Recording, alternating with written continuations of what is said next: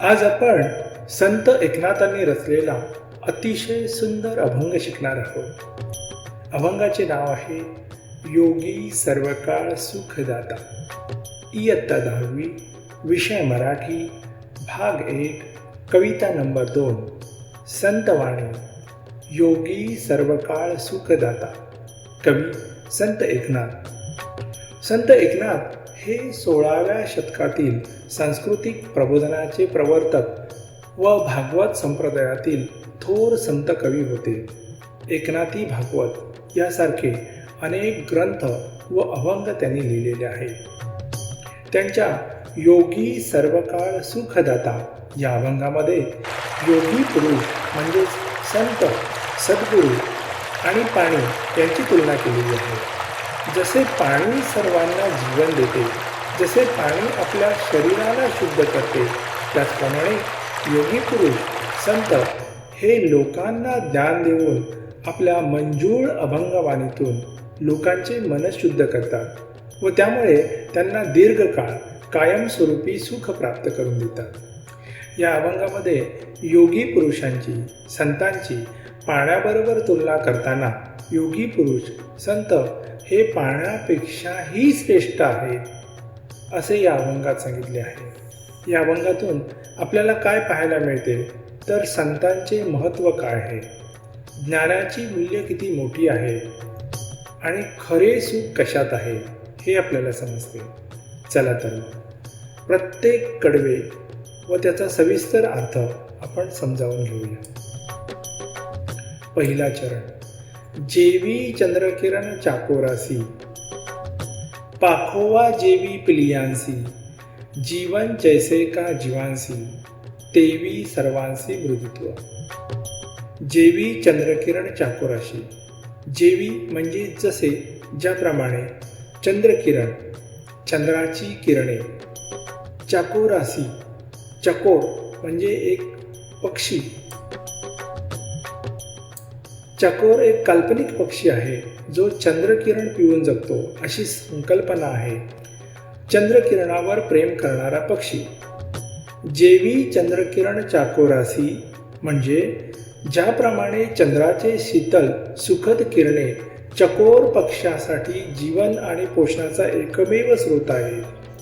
जसे ज्याप्रमाणे चकोर पक्ष्याला चंद्रकिरण हवेसे वाटतात, ते चंद्रकिरण त्याला आनंद देतात, त्याप्रमाणे योगी पुरुष आपल्या भक्तांना असीम आध्यात्मिक शांती प्रदान करतात.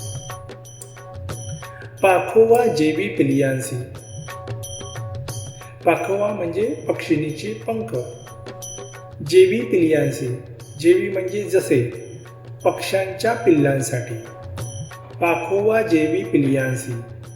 ज्याप्रमाणे एक पक्षीने आपल्या पिल्लांना मोठ्या जिद्दीने आणि प्रेमाने आपल्या पंखाखाली आश्रय देऊन त्यांचे संगोपन करते, जसे ज्याप्रमाणे पक्षिणीच्या पिल्लांना तिच्या पंखांची ऊब आसरा हवासा वाटतो.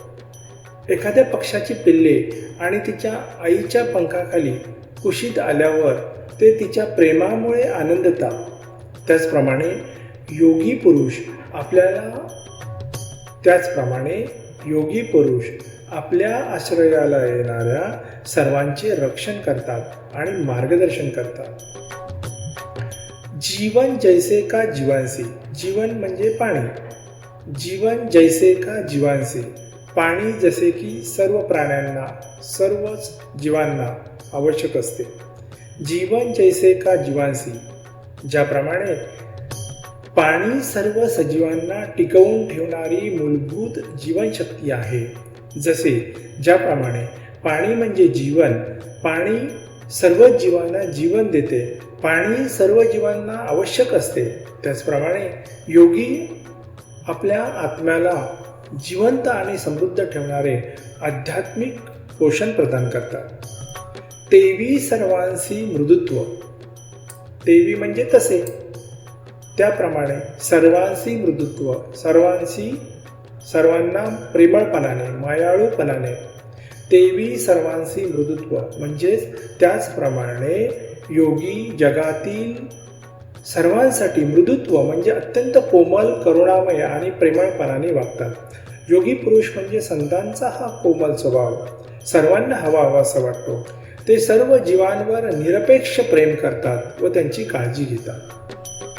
दुसरा चरण। जळ वरी वरी शाळी मळ, योगिया सबाह्य करी निर्मळ, उदक सुखी करी एक वेळा, योगी सर्व काळ सुखदाता। जळ, जळ म्हणजे पाणी,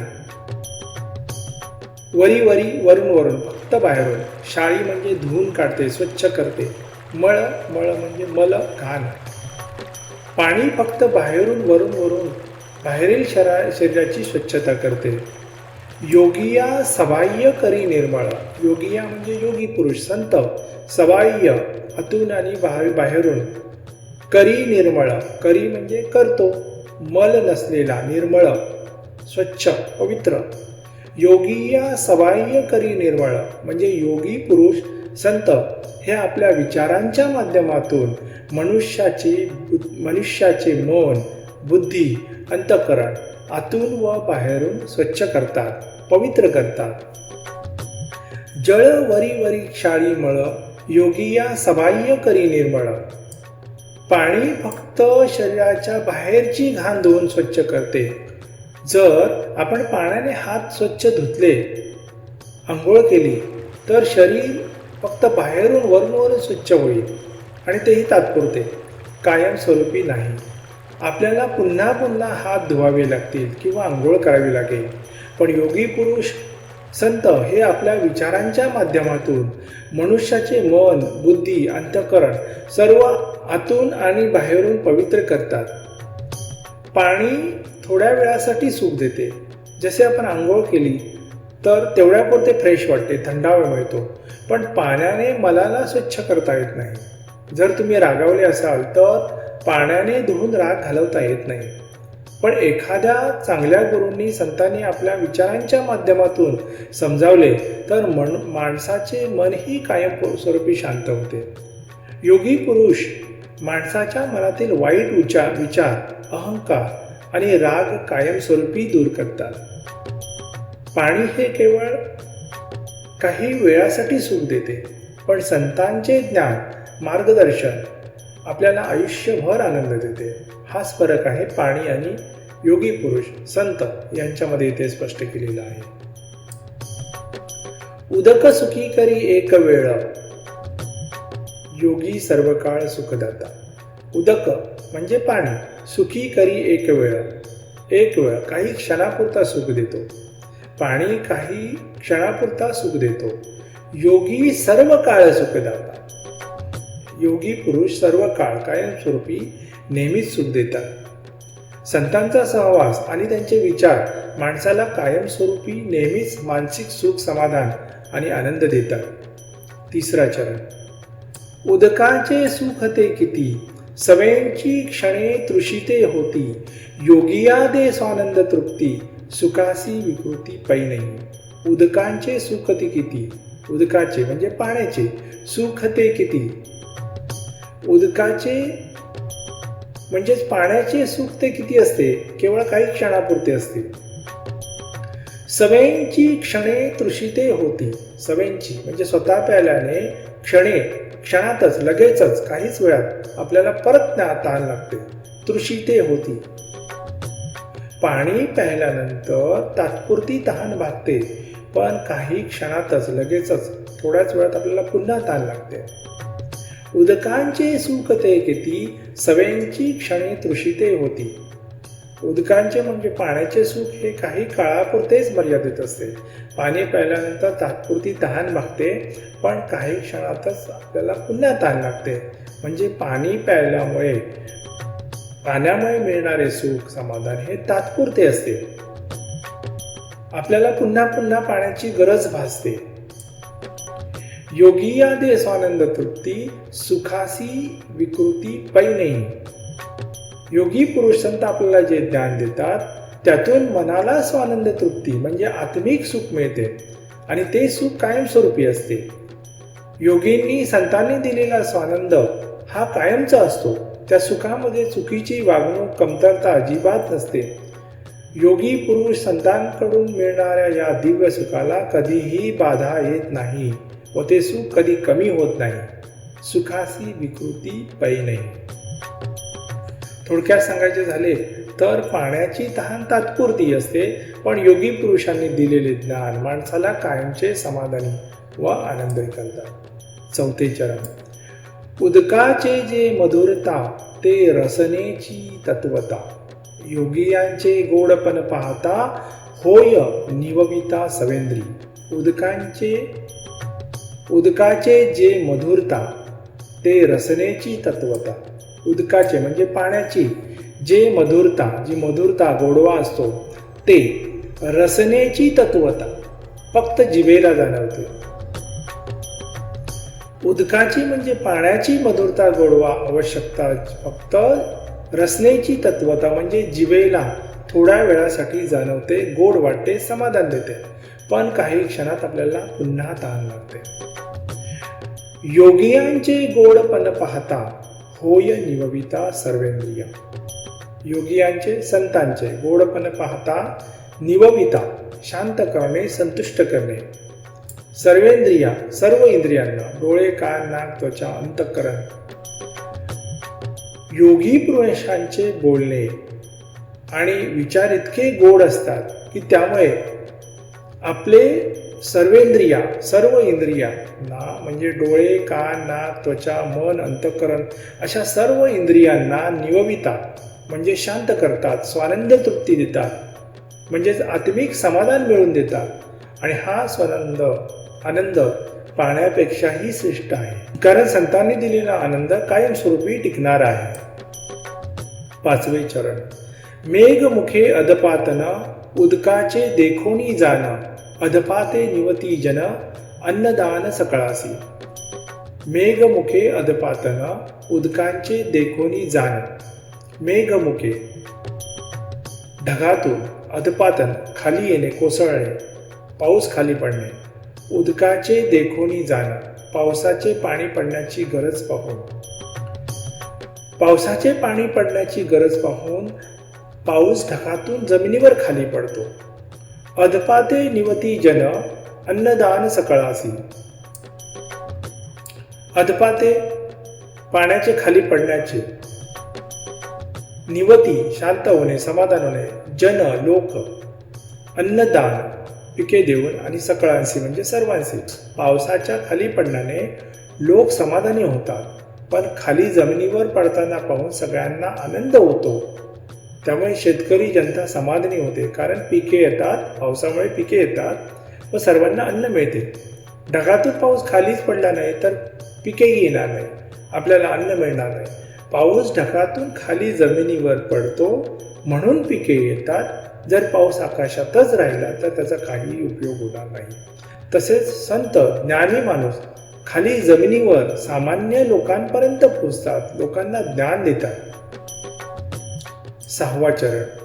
तैसे योगियासी खालुते येणे जे इह लोकी जन्म पावने. जननिमवी श्रवण कीर्तने निज ज्ञाने उद्धारी. तैसे योगियासी खाली येणे. तैसे म्हणजे तसे, त्याप्रमाणे. योगियासी खालुती येणे. योगी पुरुष खाली पृथ्वी तलावर येतात जे इह लोकी जन्म घेतात. त्याचप्रमाणे संत लोकांना खाली पृथ्वी तलावर जन्म घेतात, सामान्य लोकांपर्यंत पोहोचतात व त्यांच्यात मिसळतात, त्यांना शिकवण देतात व लोकांचे कल्याण करतात. जन निववी श्रवण कीर्तने निज ज्ञाने उद्धारी.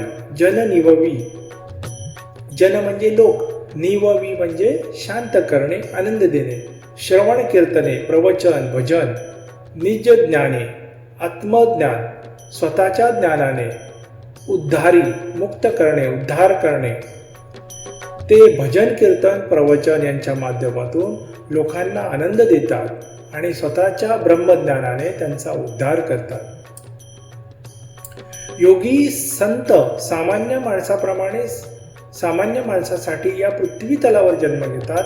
अभिमान न बाळगता खाली सर्वसामान्य लोकांमध्ये मिसळतात. योगी पुरुष या जगात जन्म घेतात कारण त्यांना लोकांचे कल्याण करायचे असते. ते भजन कीर्तन, प्रवचन, श्रवण यांच्या माध्यमातून लोकांना आनंद देतात आणि स्वतःच्या ब्रह्मज्ञानाने त्यांचा उद्धार करतात. आपल्या ज्ञानाद्वारे लोकांना ते मार्ग दाखवतात व त्यामुळे त्यांच्या शिकवणीमुळे लोकांचे जीवन सुधारते. या अभंगात संत एकनाथांनी असे सांगितले आहे की पाणी म्हणजे जीवन. पाणी जगण्यासाठी महत्त्वाचा घटक आहे. पाण्यामुळे आपल्याला आपले शरीर फक्त बाहेरून स्वच्छ करता येते, पण आतून नाही. पाण्यामुळे आपली तहान भागवता येते, पण ती तात्पुरती असते. स्वच्छतेसाठी व तहान भागवण्यासाठी आपल्याला पुन्हा पुन्हा पाण्याची गरज असते. पाणी शरीर वरून शुद्ध करते. त्याचप्रमाणे योगी पुरुष संत हे लोकांना ज्ञान देऊन आपल्या मंजूळ अभंगवाणीतून लोकांचे मन शुद्ध करतात व त्यांना दीर्घकाळ कायमस्वरूपी सुख प्राप्त करून देतात. पाण्यामुळे मिळणारे सुख तात्पुरते असते, पण योगी पुरुष भजन कीर्तन, प्रवचन आणि श्रवण यांच्या माध्यमातून लोकांना आनंद देतात आणि लोकांच्या ब्रह्मज्ञानाने त्यांचा उद्धार करतात. आपल्या ज्ञानाद्वारे लोकांना योग्य मार्ग दाखवतात. त्यांच्या शिकवणीमुळे लोकांचे जीवन सुधारते. म्हणूनच योगी पुरुष पाण्यापेक्षा श्रेष्ठ आहे, असे या अभंगाद्वारे सांगितलेले आहे. धन्यवाद.